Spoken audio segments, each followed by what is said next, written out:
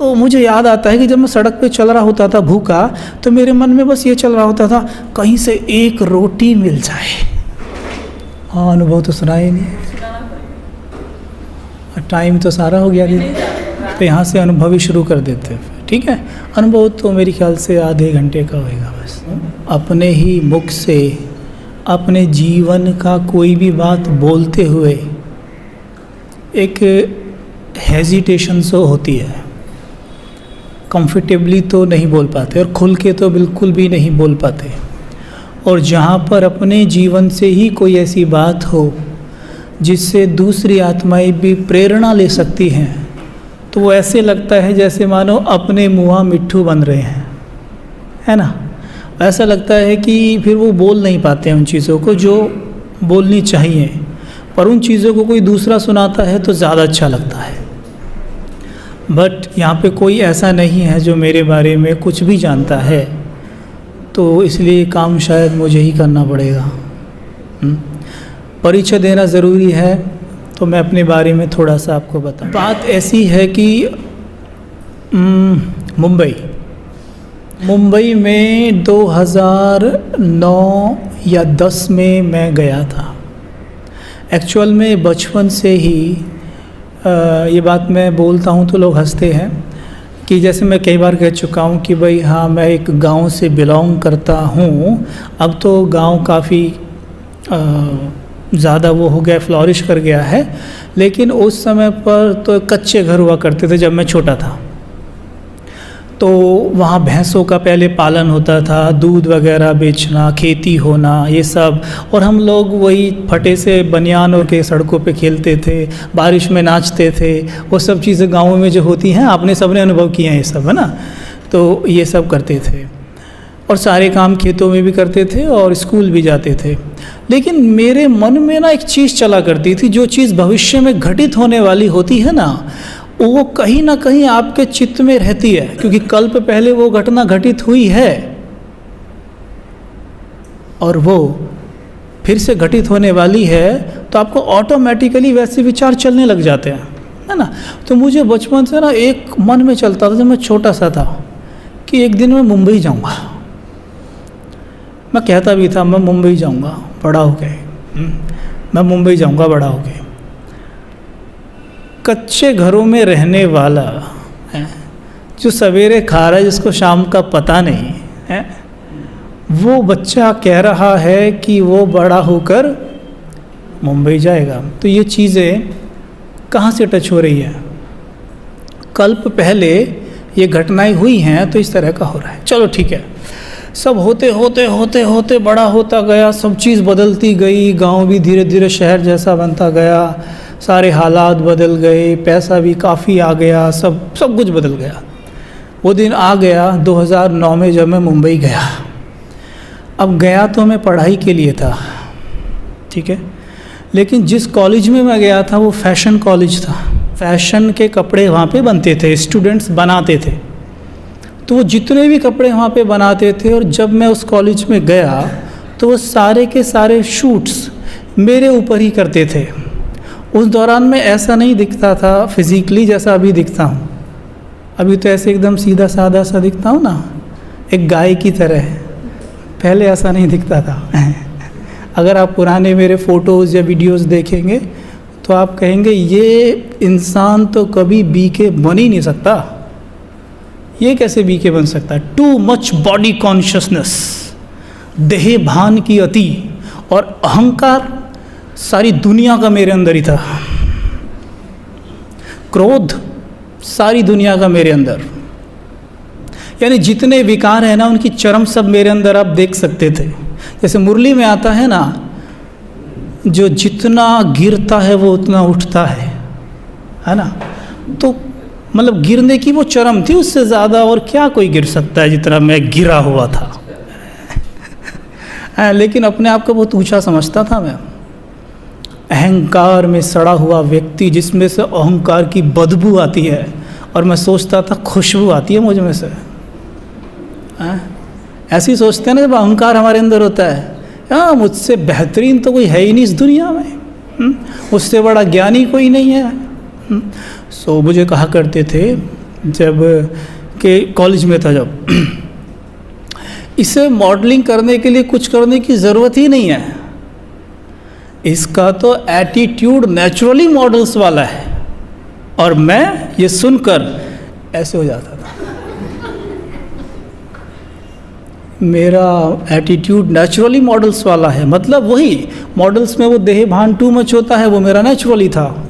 और बहुत लंबे समय से जिम वगैरह जाता ही था, फिज़िक पूरी मेंटेन थी, तो अच्छे से सब मुझ पे शूट करते थे कॉलेज में और कहते थे कि ये तो बना बनाया मॉडल है। और ऊपर से मेरे अंदर बचपन से था ही, मेरे को मुंबई जाना है, हीरो बनना है, ये सब मेरे अंदर बहुत रहता था बचपन से ही। इधर ये सब कॉलेज वाले सुलगा रहे हैं मुझे। मैं कॉलेज पढ़ाई छोड़ छाड़ के मॉडलिंग में चला गया। अब जब वहाँ गया तो क्योंकि मैंने बताया कि मैं बिल्कुल गांव से था, तो मुझे इंग्लिश बोलना तो आप छोड़ दीजिए, मैं हिंदी भी सही से नहीं बोल सकता था।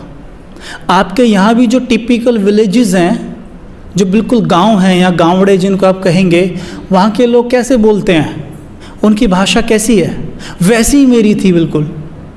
अब सोचिए, आप मुंबई जैसे शहर में मॉडलिंग करने जा रहे हैं और मॉडल्स की लैंग्वेज कैसी होती है, वो कैसे बोलते हैं और मैं कैसे बोल रहा हूँ। तो इस मामले में मेरा कॉन्फिडेंस थोड़ा हिलता था। तो इसके लिए मैंने थोड़ा बहुत सीखा, एक दो जगह थोड़ी बहुत ट्रेनिंग भी ली, सीखता गया, अनुभव होते गए, तो मेरे पास भी ये शूट्स वगैरह आने लग गए और काफ़ी शूट्स मैंने किए। कुछ ब्रांड्स के लिए, कुछ जगह कई मॉल्स में ऐसे बैनर नहीं लगे होते मॉडल्स के, वैसे भी लगे हुए थे। और बहुत लोग मुझे अलग अलग शहर से फ़ोटो खींच के भेजा करते थे। वो जो बैनर्स लगे हुए हैं जिनमें मैं मॉडल्स के साथ खड़ा हुआ हूँ, ये सब अभी भी है मेरे पास।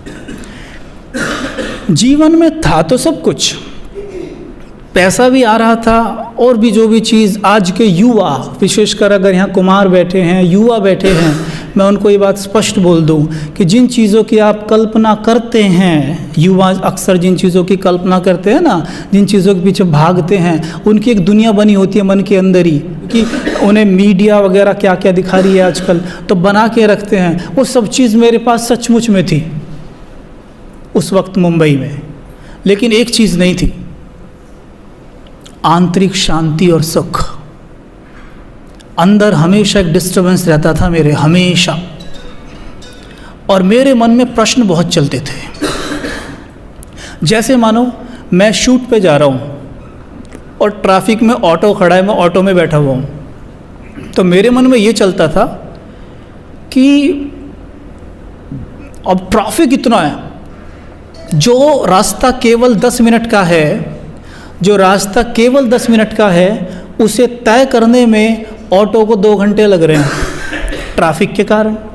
मैं बैठा बैठा सोच रहा हूँ, ये कैसा जीवन है। मेरे मन में चल रही है अज्ञान काल में, ये कैसा जीवन है। हम लोग ऐसे ट्रैफिक में खड़े रहते हैं और सब एक दूसरे को धक्का मुक्की कर रहे हैं। इतना पॉपुलेशन बढ़ रहा है, इतनी तेज़ी से बढ़ रहा है, ऐसे ही बढ़ता रहा तो ये कहाँ तक जाके पहुँचेगा। ये बातें मेरे मन में चलती थी, है ना। इतनी मारा मारी है, धर्मों के नाम पे भी लोग एक दूसरे को मारने को तैयार रहते हैं। ये सब चल क्या रहा है। मैं रोज़ सवेरे जाता हूँ, है ना, हम लोग काम धंधा करके घर लौटते हैं हारे थके, फिर सोचते हैं क्या करें, चलो पार्टी करते हैं। अब ये सब चल रहा है। अब मैं सोच रहा हूँ ये जीवन है क्या, ये क्या जीवन है? तभी इस दौरान मेरा किसी एक रिलेशन में ऊपर नीचे उथल पुथल ज़्यादा हो गई। अब ये तो सब चल ही रहा है, ऊपर से उथल पुथल चल गई। अब उथल पुथल होने के कारण मेरा माइंड पूरा डिस्टर्ब रहने लग गया, जैसे हल्का हल्का डिप्रेशन की तरफ जाने लग गया। मैं फुली डिस्टर्ब्ड, मेरा किसी काम में मन नहीं लग रहा है। अब मैं डेली जिम जाता था और जिम के सामने ही ब्रह्मा कुमारी सेवा केंद्र था, जैसे ये है मानो इसके सामने जिम हो। तो मैं जिम रोज़ जा रहा हूँ। मैंने नया जिम ज्वाइन किया था, पहले कहीं और जाता था, और 1 महीने से मैं इस जिम में आ रहा हूँ, शायद 2 महीने से, और रोज़ आता था। लेकिन इन दिनों में पिछले 3-4 दिन से बड़ा डिस्टर्ब था और मेरे मन में ढेरों क्वेश्चंस चल रहे हैं। What is life? लाइफ है क्या? मैं कौन हूँ? मैं कहाँ से आया हूँ?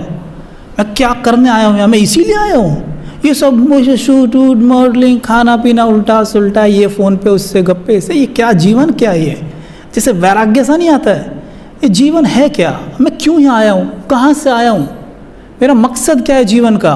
सोचो, भगवान ने हमें इसलिए भेजा होगा यहाँ कि तुम जाओ और जाके वहाँ रोटी पका के खाना। ऐसी क्या ज़रूरत पड़ गई थी भगवान को हमें नीचे भेजने की, जाके वहाँ रोटी खाना तू? हाँ भाई, हमें क्यों भेजा होगा यहाँ? मैं सच चीज़ ये सोच रहा था। अब फुली डिस्टर्ब्ड जिम में गया, तो जैसे ही अंदर गया, उस दिन की बात अब बता रहा हूँ जब मैं ब्रह्मा कुमारी सेवा केंद्र में फ़र्स्ट टाइम गया था। तो जैसे जिम में अंदर गया, मैंने डंबल उठाया। मैं बहुत पैशन के साथ वर्कआउट करता था, इवन इतना पैशन के साथ कि लोग मुझे मतलब वर्कआउट करते हुए को इतना पसंद करते थे कि मुझसे पूछते थे कि ये कैसे करते हो आप, ये वाला कैसे करते हो, ये कैसे करते हो। बहुत पैशन था मेरे अंदर। लेकिन उस दिन मेरा एक्सरसाइज करने में मन नहीं लग रहा है। मैं डंबल उठाता हूँ और डंबल छोड़ देता हूँ। फिर मैं खड़ा होकर सोचता हूँ थोड़ी देर, लाइफ क्या है। फिर मैं सोचता, अरे तू इतनी दूर आया एक गांव से उठ के, तूने कितनी मेहनत की है, कितना कुछ सीखा। तू तो बोलना भी नहीं जानता था, और उस बोलने का सीखने का ही परिणाम है आज बाबा ने पॉलिश कर दिया है। प्रस्तुति के लिए भी तो कला चाहिए, उसके लिए बहुत मेहनत वहाँ की। और वो सब सोच रहा हूँ, बैठ के सोच रहा हूँ। फिर डंबल उठा लेता था, क्योंकि और तो कुछ दिख नहीं रहा, कहीं रोशनी तो दिख नहीं रही, तो करना तो यही है। फिर डंबल उठाया, 3-4 मारे, फिर फेंक दिया। मज़ा नहीं आ रहा, छोड़ के बाहर आ गया। क्या करूँ मैं? अच्छा, फिर वही बातें याद आ रही हैं, तो करेगा क्या? इतना मेहनत करके यहाँ तक पहुँचा, अब करेगा क्या? फिर अंदर गया, फिर उठा के मारना शुरू किया डंबल, फिर छोड़ दिया। बाहर आ गया। बाहर जैसे ही आया तो बाहर लिखा हुआ था, learn Rajyoga meditation free of cost. Learn Rajyoga meditation free of cost. अब देखो आप ड्रामा, इसे लिखे हुए को पिछले 2 महीने से मैं देख रहा था, और देखकर अपने अहंकार के वशीभूत मैं उसे देखकर कहता था, कुछ फ्री में नहीं मिलता। तो मैं कहता था कुछ फ्री में नहीं मिलता, ये सब नौटंकी है, दुनिया में ठगी बहुत है। मैं खुल के बोल रहा हूँ, जो कि एक आम आदमी सोचता है और वो मुझे सुने कि अगर कहीं कोई ऐसा सोच रहा है तो वो ऐसा ना सोचे, क्योंकि हर चीज़ गलत नहीं होती है। लेकिन क्या करें, एक मार्केट में एक दुकान सही चीज़ देने वाली हो और वहाँ पे बाकी उसको देखकर बनावटी सामान बेचने वाली खुल जाएं उसी के नाम पर, तो फिर तो कोई उससे भी सामान लेने में डरेगा ना, है ना? तो वही मेरे को हो रहा है। हाँ, ऐसे तो बहुत ठग घूम रहे हैं। फ्री ऑफ कॉस्ट कौन सिखाता है? फ्री ऑफ कॉस्ट है? पहले तो फ्री ऑफ कॉस्ट होगा नहीं, फिर दूसरी बात, मुझे क्या ज़रूरत है सीखने की, मैं तो सब जानता हूँ।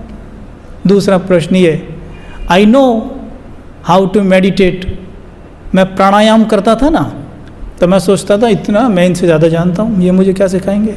अहंकार देखिए आप मनुष्य का। अब फिर भी मुझसे रुका नहीं गया, जैसे मानो मुझे बाबा ने पकड़ा, चल तेरा अहंकार में अंदर निकालता हूँ, आ तू। पैर को अंदर पकड़ के दरवाजे से खींचा, चल अंदर, अहंकार दिखाता हूँ अंदर। जैसे मैं अंदर गया, अंदर जाते ही वाइब्रेशन ही अलग, और वाइब्रेशन आपका मन बदल देते हैं। अंदर जाते ही वाइब्रेशन एकदम अलग, जैसे अब यहाँ पे हैं ऐसे एकदम। कहाँ जिम के वाइब्रेशन, आज मैं जिम में जाऊँ तो मुझे पता चलेगा वहाँ के क्या वाइब्रेशन है, और यहाँ के हम किन वाइब्रेशंस में जी रहे हैं। अंदर जाते ही शांति। अब एक माता जी थे वहाँ पर, मैं उनको बोला नमस्ते, तो उन्होंने बोला ओम शांति। मैंने बोला कि अब मेरी समझ में नहीं को क्या बोलूँ। मैंने बोला मैम मुझे मेडिटेशन सीखना है। तो उन्होंने बोला हाँ हम सिखा देंगे आपको, आइए, यहाँ पे 7 डेज़ कोर्स कराया जाता है, आप करिए, और उसके बाद आप घर पे भी कर सकते हैं या आप यहाँ पे भी कंटिन्यू कर सकते हैं। तो मैंने बोला ओह मतलब 7 डेज़ कोर्स, मतलब 7 दिन तक कुछ कराया जाएगा। तो मेरे मन में पता क्या आया, फिर तो ठीक है। अब देखो मेरी बुद्धियाँ थोड़ी ठीक चलनी शुरू हुई। अच्छा फिर तो ठीक है, 7 दिन तक कुछ तो सीखने को मुझे मिलेगा, और सीखने को मिलेगा तो मेरी प्रॉब्लम का समाधान मुझे मिल जाएगा। ठीक है। अच्छा उन्होंने मुझे बोला कि आप ना कल आइएगा, आपको यहाँ दीदी मिल जाएंगे, मैं दीदी को बोल दूँगी, वो आपको कोर्स करा देंगे। ठीक है। मैं अगले दिन गया, 7 बजे पहुँच गया। मैं 10 बजे सो के उठता था और रात के 12-1 बजे सोता था। 10 बजे सो के उठता था, 11 भी बज जाते थे। उस दिन मैं इतने उमंग उत्साह में 7 बजे उठ के बैठ गया। उठा, दौड़ा दौड़ा गया सेंटर पे। मैंने बोला हाँ जी मतलब मैम मुझे मेडिटेशन सीखना है। हाँ हाँ वो बोल दिया है मुझसे आप एक काम करिए, आज गुरुवार है। उस दिन भोग वगैरह था। अब मुझे अब पता चला है वो गुरुवार था या वहाँ भोग था, तब तो मेरी समझ में ही नहीं आ रहा था क्या है। सब लाइन लग के ले रहे थे भोग और जल। मैंने कहा कि तो कहते हैं आप ना एक काम करिए, कल सवेरे आ जाइए, आप आ जाएंगे? मैं कह रहा हाँ मैं आ जाऊँगा। तो मुझे भी उन्होंने भोग वगैरह दिया, मैं उसे लेकर आया। वो भोग भी मैंने खा के देखा तो उसमें फीलिंग्स ही अलग थी। वाह ये तो भोग भी बहुत अच्छी चीज़ है। मैं चला गया। मेरे को और उमंग उत्साह बढ़ गया कि अब तो मेरे को समाधान दिख रहा है अपने जीवन का, कुछ मुझे मिलेगा यहाँ से। मैं अगले दिन पहुँच गया 7 बजे। वहाँ पे एक दीदी आए, मुंबई, ये लोखंड वाला सेंटर की बात है, मुंबई लोखंड वाला सेंटर की बात है ये। वहाँ पे एक दीदी आए, उनका नाम है नम्रता दीदी। ठीक है। वो आए, उन्होंने अपने हाथ में वो बाबा का जो जिसमें 7 डेज़ कोर्स वाला होता है वो पकड़ा हुआ था, और वो आए। जैसे ही मैंने उनको देखा तो विश्वास करिए, देखते ही मुझे ये लगा कि एक तो वो हम उम्र थे, मेरी ख्याल से जैसे मेरी उम्र आज 32 है तो उनकी शायद मुझसे 2 साल बड़े होंगे वो, बस ज़्यादा नहीं। तो उस वक्त मैं 24 साल का था, तो वो जब 26-27 साल के होंगे। बट स्थिति बहुत गजब की थी उनकी, बहुत अच्छी स्थिति बना के रखी थी आत्मा ने, बहुत गंभीर। जैसे मम्मा का उदाहरण दिया जाता है ना, मुझे तो उस वक्त वो मम्मा का फ़ोटो और उन्हें मैं सेम ही समझता था, ये तो एक ही है शायद, है ना। तो मैंने उनको देखा और देखकर मैंने कहा ये कौन है। मेरे मन में पहला प्रश्न आया, ये कौन है, क्योंकि मैंने तो कभी किसी को ऐसे देखा नहीं है। भाई मैं जिस फील्ड में था मैंने वहाँ भी बहनों को देखा था, तो मैंने जिनको देखा था वो अलग थे, और ये तो बिल्कुल ही अलग है, इनका तो ऑरा ही अलग है। ये तो ऐसे लगता है कि जैसे मानो फरिश्ते घूम रहे हो। तो मैंने कहा कि मेरे मन में ख्याल आया कि क्या मैं इनके जैसा बन सकता हूँ। तुरंत मेरे ख्याल आया, देखो कितनी बड़ी सेवा है। आपको देख के किसी के मन में ये विचार आए कि मुझे इनके जैसा बनना है, तो इससे बड़ी सेवा कुछ है। हम सेवाओं के लिए कितना धन खर्च करते हैं, कितना समय खर्च करते हैं। हमारी स्थिति को देखकर कोई सोचे कि मुझे इनके जैसा बनना है, बोलो, मुझे उनको देख के चला कि मुझे इनके जैसा बनना है।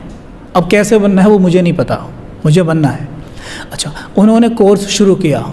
उन्होंने मुझे बताया कि आप आत्मा हैं, ये देह नहीं है, आपके ये गुण हैं, आप ये मिट्टी नहीं हैं। जो भी उन्होंने बताया मुझे बहुत अच्छा लगा। एग्जैक्टली एक लाइन तो मुझे भी याद नहीं है, बट वो जो बता रही थी बहुत ही अच्छे और सोल कॉन्शियस स्थिति में उन्होंने बताया, और मुझे बहुत ही अच्छा लगा। मुझे इतना अच्छा लगा कि वहाँ से निकलते ही पहले दिन ही मैंने अपने दोस्तों को कोर्स कराना शुरू कर दिया। ठीक है। वो सोचे हैं इसे कबीर को क्या हो गया, बट मैं इतना एक्साइटेड कि देखो मैंने क्या जाना है, आप भी तो जानो। अब कोर्स चलता गया, कोर्स चल रहा है। ठीक है। मुझे ऐसा लगने लगा था, हाँ, मुझे दूसरी खुशी जब हुई जब मुझे परमात्मा का सही परिचय मिला, कि मैं जिनको परमात्मा समझता आया था आज तक, इसीलिए मैं परमात्मा का इतना मान, इतना प्रेम नहीं रखता था परमात्मा से, क्योंकि मैंने सुना था कि वो तो भांग पीते हैं, गुस्सा करते हैं, ये करते हैं वो करते हैं, इतनी रानियाँ थी, इतनी भगा दी, इतनी ये कर दी, है ना, ये सब किया। तो मुझे लगा नहीं, भगवान तो ऐसे हो नहीं सकते, ठीक है, मुझे विश्वास नहीं है, तो इसलिए नहीं। लेकिन जब मुझे परमात्मा का परिचय मिला ना कि वो ज्योति बिंदु है, निराकार है, प्रेम का सागर है, ये सारे गुण करते हुए जब पता चले, मैं बहुत खुश था। हाँ, सच्चा हुआ, क्योंकि मैं यही तो खोज रहा था कि मुझे पता तो चले भगवान है कौन। और जब ये सब चल रहा था तो मुझे सबसे ज़्यादा खुशी तब हुई जब मुझे ये पता चला कि भगवान धरती पे आया हुआ है। क्योंकि जब मैं दूसरे दिन ये जब सुन रहा था ना, दूसरे तीसरे दिन जाके ऐसे होता है ना, आपको टच होने लगता है कि आपको कुछ ऐसा पता चलने वाला है जो शायद आप कल्पना भी नहीं कर सकते। वो मुझे एक भासना सी आ रही थी उस चीज़ की। और जैसे मुझे पता चला कि भगवान धरती पे आया हुआ है, ये संगम युग है और संगम युग की आयु इतनी और बची है, मेरी खुशी का कोई ठिकाना नहीं था। मैंने उनको वहीं बोला, यही तो मैं चाहता हूँ, मैं यही चाहता हूँ कि इस दुनिया का अंत हो और नई दुनिया शुरू हो। और ये मैंने उनसे पूछा, क्या ये सच है कि 2036 लास्ट है संगम युग का, उसके बाद सतयुग शुरू होता है? तो हाँ, यस, यही तो मैं चाहता हूँ, यही मैं चाहता हूँ। बस उसके बाद कोर्स होता गया, सब होता गया है, कोर्स हो गया, कोर्स मुझे पूरी तरह समझ में आ गया, सब कुछ ठीक हुआ। अब अपना वो सब मेरा चल रहा है, स्ट्रगल चल रहा है। अब दो लाइफ एक साथ हो गई ना। हाँ, 2014 9 मई मेरा अलौकिक बर्थडे आप कह सकते हैं, 9 मई, ठीक है। अब ये मेरे मन में चल रहा है सब। अब क्या है, दो चीज़ हो गई, प्योरिटी और इम्प्योरिटी, दो चीज़ के बीच में फंस जाओ। अब एक तरफ तो एकदम पतित दुनिया जिसमें आप कार्य कर रहे हो, और एक तरफ यहाँ पावन बनने का आपको लक्ष्य। अब दोनों के बीच में बैलेंस कैसे रखे जाएं? अब यहाँ पे स्ट्रगल चलना शुरू होता है और ये चलता है 1 से 1.5 साल तक। अब यहाँ से जो बातें चलती हैं वो थोड़ी सी धीरे धीरे मेरे जीवन में गंभीर होने लगती हैं, ठीक है। पहले उससे पहले एक अच्छा अनुभव सुना देता हूँ मैं। 1 महीना जब मुझे ज्ञान में हो गया, मुझे अभी ये विश्वास नहीं था कि, नहीं विश्वास था कि भगवान पढ़ा रहा है, लेकिन वो प्रेम उमड़ के नहीं आता था जैसे आना चाहिए कि भगवान पढ़ा रहा है तो कितना प्रेम। मैंने अनुभव नहीं किया था भगवान के प्रेम को, ज्ञान के आधार पे चल रहा हूँ, ज्ञान समझ गया हूँ। प्रेम में जैसे आंसू नहीं बहते हैं, वो नहीं हुआ। अच्छा, मुझे 1.5 महीना हो गया, शायद 2 महीना हो गए, तो दीदी ने मुझे बुलाया एक दिन। अच्छा, उन्होंने बोला कि कबीर भाई, हमारे यहाँ पे ना एक सेंटर है, वहाँ बड़ा सेंटर है, वहाँ पे एक भट्टी है, आज सभी भाइयों की भट्टी है और आपको वहाँ जाना चाहिए। मैंने कह दिया कि नहीं दीदी, मैं नहीं जा पाऊँगा, मेरा थोड़ा सा काम है। तो उन्होंने मुझे थोड़ा सा फोर्स किया कि नहीं, आपको जाना चाहिए। दीदी कह रही है ना आपको जाना चाहिए। उनकी बात मैं नहीं टाल सकता था, क्योंकि उन्होंने एक तो मुझ पे बहुत मेहनत की थी। करने वाला तो बाबा है, लेकिन निमित्त उनको बनाया, और मैंने उनका समय बहुत लिया था, केवल 7 डेज़ ही नहीं, उसके बाद भी मैं उनका काफ़ी समय ले लेता था। कहीं भी उन्हें रोक लिया, उनसे प्रश्न पूछने शुरू कर दिए, और वो बड़ी धैर्यता से मेरे हर प्रश्न का जवाब देते थे। तो मैं टाल नहीं सकता था, मैं चला गया। अब ठीक है, मैं वहाँ गया, वहाँ माहौल बहुत अच्छा था, रात की भट्टी थी। 9 बजे 10 बजे हम वहाँ पहुँचे। अब सब ऐसे जैसे हॉल है, ऐसे ही वो हॉल था, रेड लाइट, सब बैठे हुए हैं। ये नज़ारा कितना सुंदर है ना। अब मैं वहाँ जाके बैठ गया। मैंने उनसे पूछा, ये भट्टी क्या होती है? जो मेरे साथ कुमार थे पुराने, उन्होंने कहा कि भट्टी मतलब योग होएगा, लंबे टाइम तक योग चलेगा। मैं कहा अच्छा ओके, कितने टाइम तक? कि वो सवेरे 5 बजे तक। मैंने कहा है सवेरे 5 बजे तक? मैं तो आधे घंटे से ज़्यादा बैठ ही नहीं सकता, 5 बजे तक कौन बैठेगा?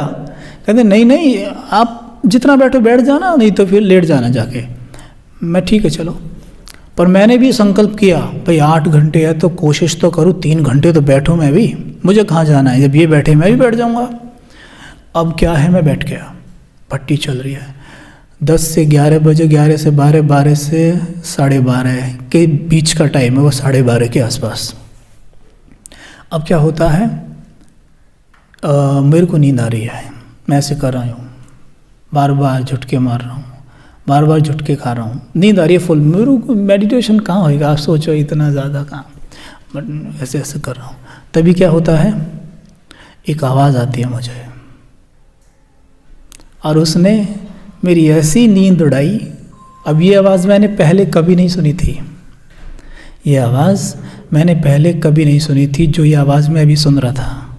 और ये आवाज़ कहाँ से आती है, मैं जैसे ये सीलिंग है ना, इसके ऊपर स्पीकर सेट्स थे, स्पीकर लगे हुए थे, तो वो स्पीकर मेरे ऊपर ही था, उस स्पीकर से आवाज़ आती है। क्योंकि अब तक तो कमेंट्रीज और म्यूज़िक से चल रही थी भट्टी, अभी क्या किया उन्होंने, ड्रिल लगाई और उसमें से आवाज़ आई एकदम,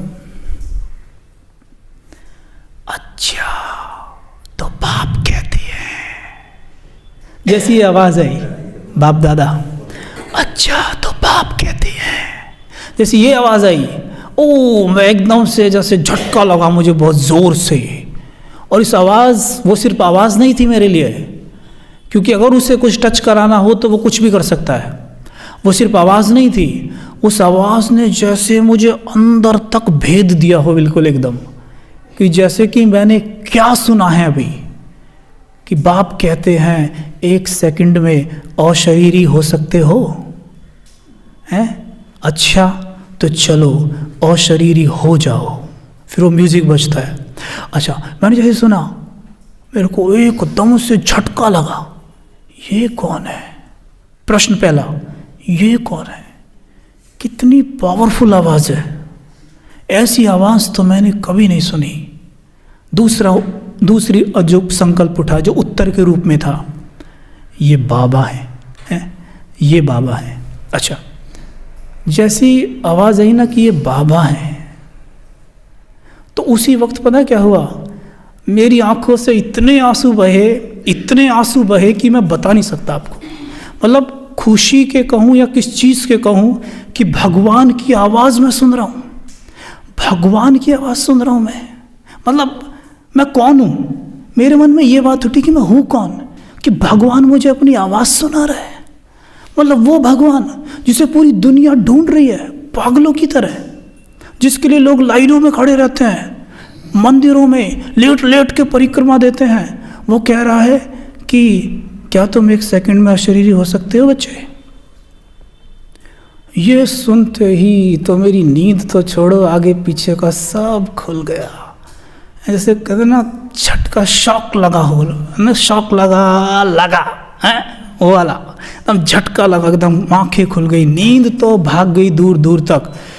और मेरे मन में बस यही चलता रहे, आंसू बहते रहे, मैं सारे यहाँ तक कपड़े भीग गए, खुशी के आंसू। मैं बहुत रेयर रोता हूँ, बहुत रेयर, शायद अपने जीवन में 1-2 बार, लेकिन ये जो खुशी थी ना, इसने आंसू रोके ही नहीं। और मैं सुनता रहूँ वो आवाज़ और बैठा रहूँ। फिर उसके बाद वो हो गया ब्रेक जो हुआ 3, इसके बाद जो ब्रेक हुआ, सभी ऊपर चले गए आराम करने के लिए। अब मेरे मन में तो सब कुछ यही चल रहा है कि मैंने भगवान की आवाज़ सुन ली, मैंने भगवान से मिल लिया। मैंने सिर्फ आवाज़ नहीं सुनी, मुझे ऐसा लग रहा था मेरा मिलन हुआ है उससे, मैं भगवान से मिल लिया। मेरे मन में यही चल रहा है। अब मैं ऊपर चला गया, मैं ऐसे चल रहा हूँ वहाँ पे जैसे मैं शॉक में हूँ, कोई शॉक लगा हुआ है मुझे। और ये जो बाकी के कुमार हैं, ये अपने मस्ती कर रहे हैं। जो पुराने कुमार थे, कुमार थोड़ा मस्ती तो करते ही हैं, और वो कर रहे थे, पर मुझे ये बात पसंद नहीं आ रही है। मैं रो रहा हूँ तो ये क्यों नहीं रो रहे? और मेरे को खुशी है भगवान की मिलने की, इनको खुशी नहीं है। पर जब भी मेरे को उत्तर आया, ये पुराने हो गए ना, इनको क्या फ़र्क पड़ता है। पर फिर भी मेरे मन में फिर दूसरा, फिर भी भगवान मिला है, इनको कोई फ़र्क ही नहीं पड़ रहा है। ये बच्चों की तरह उछल रहे हैं, फिर भी भगवान पढ़ाता है तो कुछ तो विशेष होना चाहिए ना। मेरे मन में ये चल रहा है बातें, मेरे मन में ये चल रहा है। अच्छा, ये चीज़ मुझे कहाँ काम आई, आगे भी काम आई। आज भी मैं ऐसा सोचता हूँ कि जब मुझे अज्ञानी देखते होंगे, अज्ञानी तो खैर नहीं बोलूँगा, वो बोलूँगा जिन आत्मा को अभी अभी ज्ञान मिला है, जब वो मुझे देखते होंगे और अगर मेरा चाल चलन थोड़ा भी साधारण हो तो उन पे कितना बुरा इम्पैक्ट पड़ेगा कि भगवान पढ़ाता है। अभी कोर्स किया है मैंने, 7 डेज़ कोर्स, उसमें बताया है दीदी ने कि भगवान पढ़ाता है। मेरे मन में ये तब से आज भी चलता है और तब मेरे मन में चल रहा था। अच्छा, मैं जाके एक कोने में बैठ गया, उनसे अलग थलग। फिर भी मैंने कंफर्म करने के लिए, जब आपकी लॉटरी लगती है विश्वास नहीं होता ना, मैंने कंफर्म करने के लिए एक भाई से बोला कि भाई जो ये आवाज़ थी, ये आवाज़ किसकी थी? तो बोला ये आवाज़ बाप दादा की थी। मैंने कहा हाँ, बाप दादा की थी, वाह वाह, कन्फर्म हो गया ना, स्टैंप लग गया। ये आवाज़ बाप दादा थे, ये थे भगवान। मैं ऐसे बोल रहा, कहते हाँ। मैं कह रहा तो बाप दादा योग भी करवाते हैं?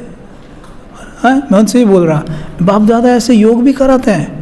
कहते हैं हाँ भाई, सारा काम भगवान का ही तो चल रहा है, तो भगवान कराएंगे। और वो ये बोले और मेरे अंदर से जैसे मानो ना, अंदर ही अंदर से खुशी के आंसू, क्या बोलूँ, लड्डू से फूटे। यार क्या मैं बयान ही कर सकता, मेरा शब्द नहीं है, मैं क्या अनुभव कर रहा हूँ। ओके, अच्छा भगवान पढ़ा रहे हैं यार, मतलब कमाल है, कमाल है बिल्कुल। अब ये सब चल रहा है। अब मैं जाके एक कोने में बैठ गया। मैं एक चारपाई पड़ी थी खाली, उस पर कोई नहीं था, सब इधर अपने आराम कर रहे हैं, कोई मस्ती कर रहा है। मैं एक तरफ जाके बैठ गया हूँ और बैठ के मैं लेट गया। और लेटते वहाँ तकिया सा लगा हुआ था, मैं ऐसे उस पर सर रख के लेट गया। और मेरे मन में फिर एकदम से वही बात शुरू हो गई कि तूने अभी भगवान की आवाज़ सुनी है, ये सब बातें गूंज रही है और अपने आप ही आंसू बहते जा रहे हैं खुशी के, अपने आप बहने दो, उनको बहने दो। बाबा कहते हैं ना, प्रेम के मोती हैं वो, उसी का शायद ये परिणाम है, ये उसी का परिणाम है। जो वो शौक लगा, उस शौक ने सारी बुद्धि खोल दी मेरी। ये सब हुआ।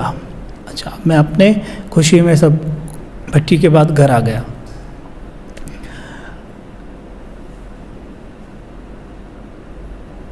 मेरे जीवन का 2 अनुभव तो बहुत हैं, लेकिन समय बहुत हो जाएगा। मैं थोड़े जो मुझे याद आ रहे हैं, एक तो ये वाला सुना देता हूँ जिसमें बाबा ने मेरी इस तरह से मदद की थी। मदद तो हर बार किया, लेकिन इसमें थोड़ा सा मुझे आश्चर्य हुआ था और आपको भी होगा। मैं अपने काम धंधे के बाद जो भी करता था लौकिक में, मुंबई में, उसके बाद रोज़ शाम को एक सेंटर की गीता पाठशाला थी, ठीक है, जो कि मेरे घर से, जहाँ पे मैं रहता था, वहाँ से 3-4 किलोमीटर दूर थी। मैं वहाँ रोज़ सेवा देने जाता था अपनी बाइक से। और मैं ज़रूरी नहीं है कि वाइट कपड़े ही पहन के जाता था, ऐसा नहीं था। मैं कलर कपड़े भी पहनता था और मैं कलर कपड़े ही उस दिन पहने हुए था। बाइक मैं चला रहा था, लेकिन मुझसे गलती से सिग्नल टूट गया। रेड लाइट थी, मैंने क्रॉस कर दिया और जो पुलिस वाले भाई थे वो थोड़े से ऐसे खड़े हुए थे कि वो जो सर्कल ऐसे घूम के आता था तब दिखते थे वो खड़े हैं। अगर दूर से दिख जाते खड़े हैं तो शायद मैं ना करता, पर मैंने वो क्रॉस कर दिया था। उस वक्त मेरे इतने ज़्यादा वो नहीं थी वैल्यूज़ जीवन में, या कहो कुछ भी, या मैं कहूँ मैंने पर्पसली उस वक्त तो नहीं। रेड लाइट जब मैंने ध्यान दिया तब तक मेरी बाइक आधी निकल गई थी बाहर। मैं सोचा चलो निकाल लेते हैं। जैसे ही उसने रोका, भाई ने, रोको रोको रोको, मैंने कहा लो, अब ये भाई नहीं छोड़ेगा मुझे। अच्छा, कोई बाइक साइड में लगाओ, लगा दी मैंने। कहता है लाइसेंस निकालो। मैं ठीक है निकाल देता हूँ, आरसी निकालो। मैंने सीट खोली बाइक की, जैसी खोली उसमें ना आरसी है ना लाइसेंस है। कहाँ गए पता है? बाइक में से अपने आप कहीं गिर गए, लाइसेंस भी और आरसी भी गिर गई। ठीक है, वो घर नहीं थे, मैं जानता हूँ, क्योंकि मैंने बाइक से निकाले ही नहीं थे, वो उसमें थे ही नहीं। अब मेरे मन में ये चलता, एकदम मैं डर गया। मैंने कहा अगर मैंने आरसी या लाइसेंस नहीं दिखाए तो ये भाई बोलेगा कहाँ है आरसी लाइसेंस। तो अगर मैं बोलूँगा घर है तो ये बोलेगा ले क्या रहा हो हैं। और अगर मैं बोलूँगा नहीं है तो ये बोलेगा चोरी की बाइक है ना।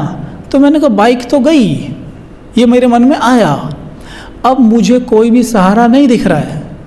अब हम लोग की आदत है ना, जब कुछ भी सहारा कहीं ना दिखे तब बाबा के पास जाते हैं, और शुरू में ही चले जाएं तो सब हो ही ना। ये सब सिखा रहा है बाबा भी मुझे, शुरू का समय है। अच्छा, मैंने क्या किया, अब मुझे पता है कुछ होने वाला है नहीं। अब तो मैं गया, ये पैसे लेगा, मोटे पैसे दो तो बाइक छोड़ेगा, वो भी मुश्किल है, बाइक नहीं छोड़ेंगे। नहीं तो मतलब भाई मिल गया ना, उसे तो प्रूफ है बाइक तुम्हारी है, बाइक तुम्हारी है ये साबित करो। मेरे पास तो उसका बिल तक भी नहीं था, क्योंकि मैंने तो जस्ट सेकंड हैंड खरीदा था अभी 2 महीने पहले ही। उसे तो मैंने अपने नाम पे करवाया भी नहीं था, अभी ट्रांसफ़र भी नहीं कराया था, कोई प्रूफ नहीं है। और बाइक बहुत अच्छी थी। मैंने क्या किया, एक तरफ गया, थोड़ा सा पेड़ की तरफ हल्का सा, वो अपना काम कर रहे हैं, चेकिंग कर रहे हैं, बहुत सारे पुलिस वाले थे। मैंने कहा बाबा देख रहे हो आप मैंने कहा मेरे तरीके पे मत जाना कि मैं आपसे कैसे कह रहा हूँ, क्या कह रहा हूँ। बस आप मेरी बात जहाँ भी हो सुन लो ध्यान से, कि मैं सेंटर पे आपकी सेवा के लिए जा रहा हूँ, सचमुच जा रहा हूँ। ये तो आप जानते हो, नहीं तो पता करवा लो। मैं आपकी सेवा के लिए सेंटर पे जा रहा हूँ, और बाइक पे आरसी लाइसेंस कुछ भी नहीं है, और मेरी जेब में पैसे भी नहीं हैं।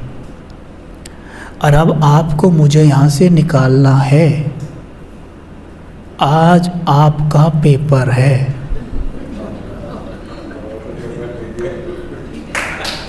मैंने कहा आज आपका पेपर है, आज आपको मुझे यहाँ से निकालना है। अब देखो आप चमत्कार, जैसे ही मैंने ऐसा बोला, जो भाई पुलिस वाला मेरे पीछे पड़ा था वहाँ, है ना, वो कहता है हाँ मिले लाइसेंस, नहीं मिला। मैंने कहा सर मिला रहा। अच्छा, वो बात फिर मिला नहीं मिला, अभी मैं निकाल रहा हूँ। ओके, तो फिर ऐसे मैं उसको कर रहा था, टाल रहा था। जब मैंने बाबा से बात करी तो ड्रामा देखिए आप, वो पुलिस वाला भाई तो चला गया आगे जहाँ दूसरे पुलिस वाले थे। आपको आश्चर्य होगा सुनकर, वहाँ से दूसरा पुलिस वाला पीछे आया और मुझसे आके कहता है क्या हुआ। मैंने कहा सर वो लाइसेंस और आरसी मिल नहीं रहे हैं। कहता है कि एक काम करो निकल जाओ। मैंने कहा हैं, मुझे विश्वास नहीं हुआ। मैंने कहा हैं निकल जाऊँ। कहते हैं निकल जाओ, जल्दी निकल जाओ वरना वो आ जाएगा। पुलिस वाला कहता है, सोचो ऐसा लग रहा था जैसे बाबा ही आ गए हों। हैं, कहता है कि निकल जाओ वो आ जाएगा वरना। मैंने क्या, उसकी सीट भी नहीं लगाई मैंने, बाइक की सीट को ऐसे ही रखा, बाइक के ऊपर बैठा और बाइक स्टार्ट की, भागा मैं वहाँ से। वो सीट मैंने जाके सेंटर पे ठीक की, मैं तो ऐसे ही निकल गया वहाँ से, और मेरे हाथ खुशी में काँप रहे हैं। बाप रे ये क्या हो गया। बाबा पे निश्चय कितना बढ़ेगा।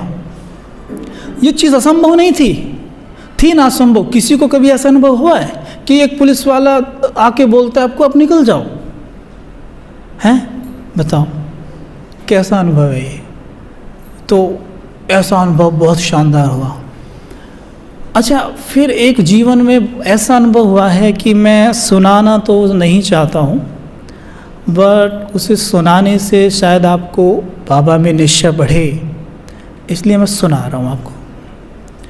जब ये उसे उल्टे वे में मत लेना, कभी सोचें बाबा ने मदद क्यों नहीं की, ये नहीं वो नहीं, ये सब देखना क्या है आप समझिएगा। अब ये सब चल रहा है। अब मैंने कहा था कि एक तरफ है इम्प्योर लाइफ, एक तरफ है प्योर लाइफ। आप प्योरिटी की तरफ पूरी तरह आकर्षित हो चुके हैं, लेकिन प्योरिटी पूरी आने में टाइम लगता है। कोई ये नहीं कह सकता 1 सेकंड में प्योर हो जाओगे आप, टाइम लगता है। संकल्पों में तो रह ही जाती है, ठीक है। अच्छा, उसके कारण मेरे जीवन में विघ्न बहुत आए। शुरू में जब ज्ञान में आया, विघ्न इतने आए कि जो शूट्स मुझे आसानी से मिल जाया करते थे वो मिलने बंद हो गए, ठीक है।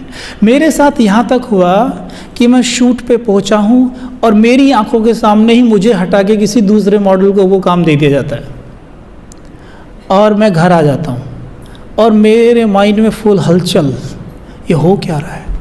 फिर भी चलो, मुरली में एक पॉइंट आता था कि ब्राह्मणों का कभी अकल्याण नहीं हो सकता। वो बात मेरे मन में घूमती थी, ब्राह्मणों का कभी अकल्याण नहीं हो सकता, तो मेरा कल्याण क्यों हो रहा है? तो इसका मतलब मैं कुछ गलत कर रहा हूँ, मेरी गलती है। मैंने कभी बाबा को ना दोष नहीं दिया जीवन में कभी भी। आज भी मेरे सामने कोई बोले ना बाबा ने, मैंने बाबा कभी गलत कर ही नहीं सकते, बाबा सुख के सागर हैं। ये दुख आपके जीवन में है ना, ये आपके कर्मों के कारण है, बाबा ने नहीं किया ये, ठीक है। अब ये सब चल रहा है, काम धंधा मिलना बंद हो गया, घर आप बोल नहीं सकते, घर वाले भी आपको देख के सोच रहे हैं पता नहीं क्या बाबा बन गया ये, सोचेंगे ऑफ कोर्स भाई, वो उनकी पुरानी धारणाएं हैं, वो तो उसी हिसाब से चलेंगे। इधर आप ज्ञान में सेवा वेवा जो भी करवा रहे हैं बाबा आपसे, काम धंधा आना बंद हो गया, ये बंद हो गया, ठीक है, ये आना बंद हो गया। मेरे पास कोई सेविंग नहीं, क्योंकि अज्ञान काल में जो भी मेरे पास था हम खूब उड़ाते थे उसे, ठीक है, कोई सेविंग नहीं। घर आप बोल नहीं सकते और मन भी नहीं कर रहा बोलने का। अगर बोलूं तो ऐसा नहीं है कि मेरी कोई मदद नहीं करेगा, लेकिन बोलने का मन भी नहीं कर रहा है। जैसे मानो एक अपने आप से एक नाराज़गी है कि जो पाप मैंने किए हैं उसकी सज़ा मुझे ही मिलनी चाहिए, नाराज़गी है, नहीं बोल रहा हूँ। अब ऐसे में क्या हुआ, वो दिन आ ही गया कि जब जेब में कोई पैसा नहीं तो खाने के लिए भी कुछ नहीं।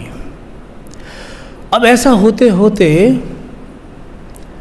मुझे याद है अच्छे से कि मैंने एक दिन बिताया, 2 दिन बिताए, 3 दिन बिताए, कभी पानी पी लिया ज़्यादा, कभी मेरे पास ना वो जब मैं जिम जाया करता था एक प्रोटीन का डब्बा था, वो रखा था बचा हुआ, तो मैं क्या करता था उसमें से एक चम्मच घोल के पी लेता था।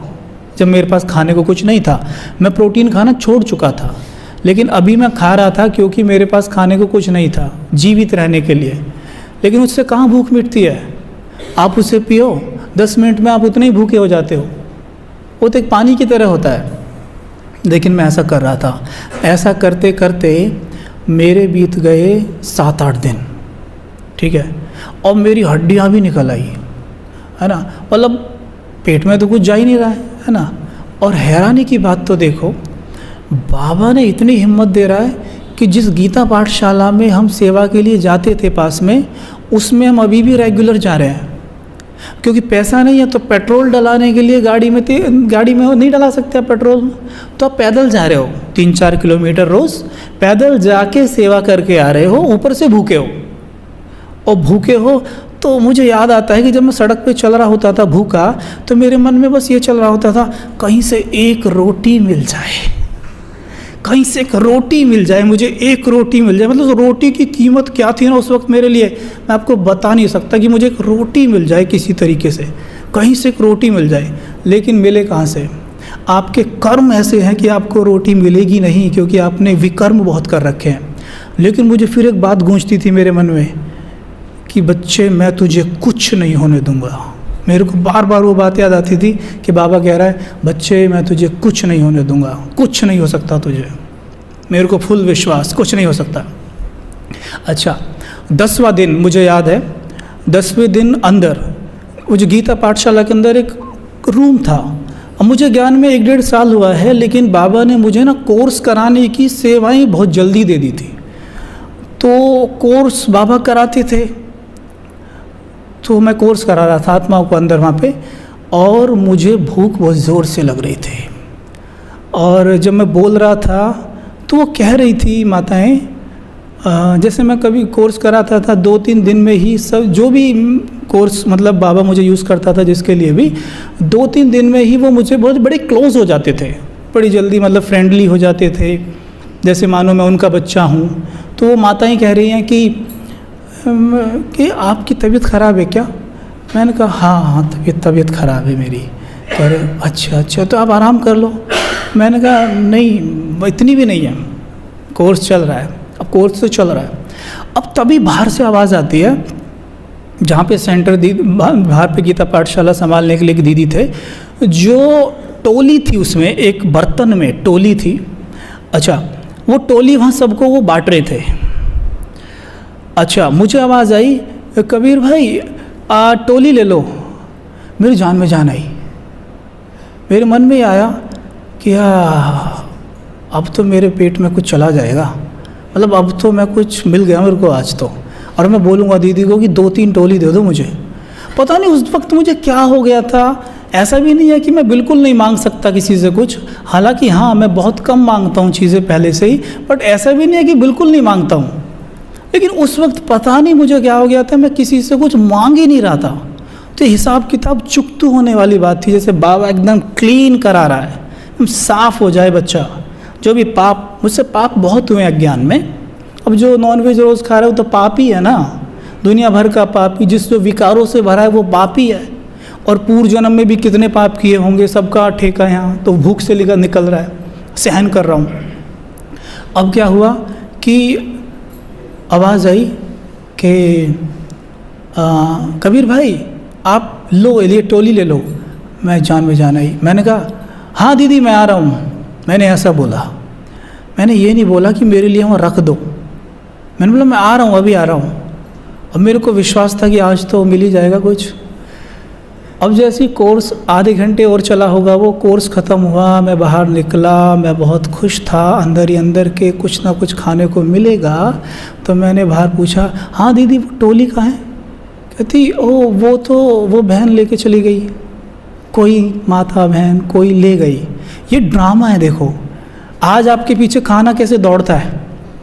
आज आप कहते हो, आज दीदी मुझसे कितनी बार कहती हैं कबीर भाई ये बना हुआ है, कबीर भाई ये बना हुआ है, ये खा लो। अच्छा 5-6 सब्जियां रख देती हैं सामने, सब चीज़ रख देती हैं। और मैं कहता हूँ नहीं मुझे एक ही सब्ज़ी चाहिए, मुझे कुछ खाना नहीं है। आज खाना पीछे दौड़ रहा है, ये ड्रामा है। और वहाँ मैं खाने के पीछे दौड़ रहा हूँ। हाँ देखा कुछ भी नहीं, वो भी गया। ओके, मैंने कहा कि अभी मेरे पाप बाकी हैं।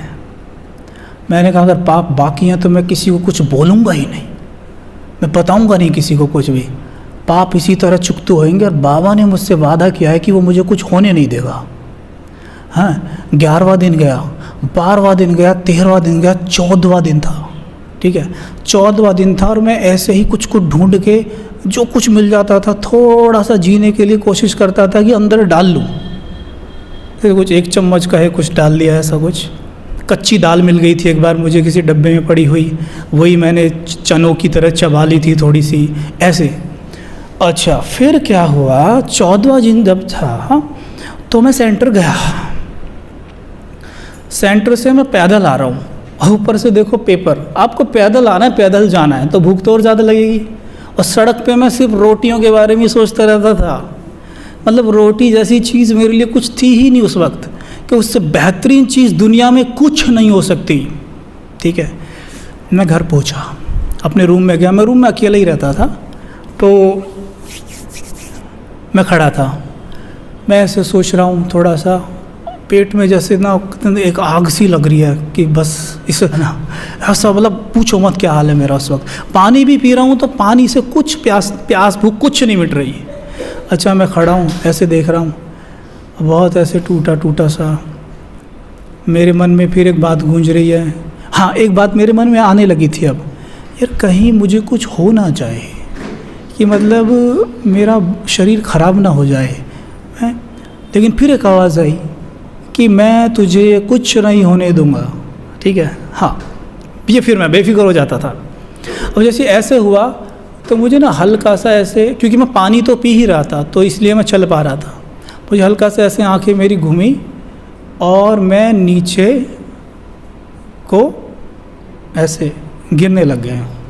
तो जैसे ही मैं धीरे धीरे नीचे को गिर रहा था तो वहाँ बेड था, तो मैंने हल्का हाथ बेड की तरफ दिया और जैसे ही मैं नीचे की तरफ गया तो नीचे टिकने तक मुझे अच्छे से याद है कि मुझे बाप दादा संभाल रहे थे। बिल्कुल स्पष्ट अनुभव हो रहा है कि मुझे बाप दादा संभाल रहे हैं एकदम आराम से। और जैसे ही मैं नीचे जाके टिका तो मैं बेहोश नहीं हुआ, मुझे एकदम क्लिक हुआ मेरे माइंड में कि तुम्हारे फ़ोन में 50 पैसे अभी हैं। मतलब इतने दिन तक मैं ये सोच रहा था कि मेरे फ़ोन में बैलेंस भी नहीं है, देखो। लेकिन मुझे जब मैं लेटा तो वो बाबा ने टच किया मुझे कि तुम्हारे फ़ोन में 50 पैसे अभी बाकी हैं। जैसे ही मैं एकदम याद आया 50 पैसे हैं, तो मैंने तुरंत एकदम अपनी लौकिक सिस्टर है जो मेरी मुझसे जो 2 साल छोटी है, जो बाबा की बच्ची है, बहुत मैच्योर बहुत समझदार सोल है, उसे मैंने फ़ोन किया, मिस कॉल मारा। जैसे ही मिस कॉल दिया उसने तुरंत फ़ोन किया। देखो ड्रामा देखो, इस दौरान मुझे घर से भी किसी का फ़ोन ही नहीं आया, कुछ भी मूवमेंट नहीं हो रहा है मेरे जीवन में, कोई हलचल नहीं हो रही है। हाँ एक हुई थी बीच में, एक तरीके से मेरे को ये तरीके पेपर ही कहो, मैं तो इसे पेपर ही मान रहा था। ये जब 10वां दिन या 9वां दिन था, एक भाई हैं शक्ति भाई, अगर वो सुनेंगे या सुन रहे होंगे तो उन्हें याद आएगा ये बात। वो मेरे पास आए थे, उन्होंने कहा कबीर भाई हाँ चल रहे हो एक जगह, चल रहे हो? मैंने क्या हुआ? कहते यार मुझे भूख लग रही है। मैं कहा हाँ तो मेरे पास 2 पास हैं एस्कॉन मंदिर के, हमारे घर के पास ही था एस्कॉन मंदिर। कह रहे 2 पास हैं, चलो ना वहाँ पे आज भोजन करके आते हैं। मैं कह रहा देखो ये मैं तो बोलने वाला हुई नहीं, मुझ में इतनी हिम्मत कहाँ से आई? कोई भूखे को जो रोटियां ढूंढ रहा है वो ऐसा कैसे बोल सकता है? मेरे मुंह से पता क्या निकला उस वक्त? आप कहेंगे मुझे ये बात सुन के ए भाई तो बड़ी बेवकूफ़ी, आपने बहुत बड़ी बेवकूफ़ी करी। मेरे मुख से क्या निकला? नहीं, देवताएं भक्तों का थोड़ी ना खाते हैं, हम तो देवताएं हैं, हम तो देवताएं हैं, हम कैसे खा लेंगे? तो कह रहे, पहले तो वो खड़े रहे थोड़ी देर, शक्ति भाई मुझे देखते रहे, कहते हैं हाँ बात तो आप सही कह रहे हो। कह रहे मैं नहीं जा रहा, मैं भी नहीं जा रहा, वो भी नहीं गए, ठीक है। और मेरे मन में जब वो चले गए, मेरे मन में आया कि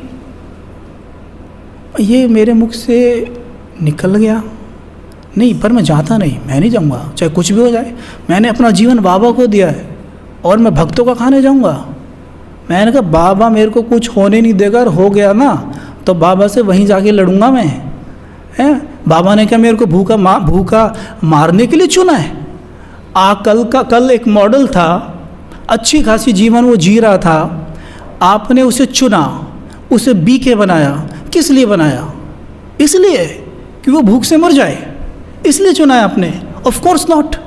मुझे ये शुरू से ही भान रहता था जब मुझे बाबा ने चुना था कि मेरा ब्राह्मण जीवन में बहुत विशेष पार्ट है, और ये मुझे शुरू से टचिंग आती थी, पहले ही दिन से बिल्कुल स्पष्ट रूप से, और वो धीरे धीरे खुलता जाता है, वो मुझे आता था तभी से। तो मुझे बिल्कुल क्लियर था कि मुझे कुछ नहीं होने वाला।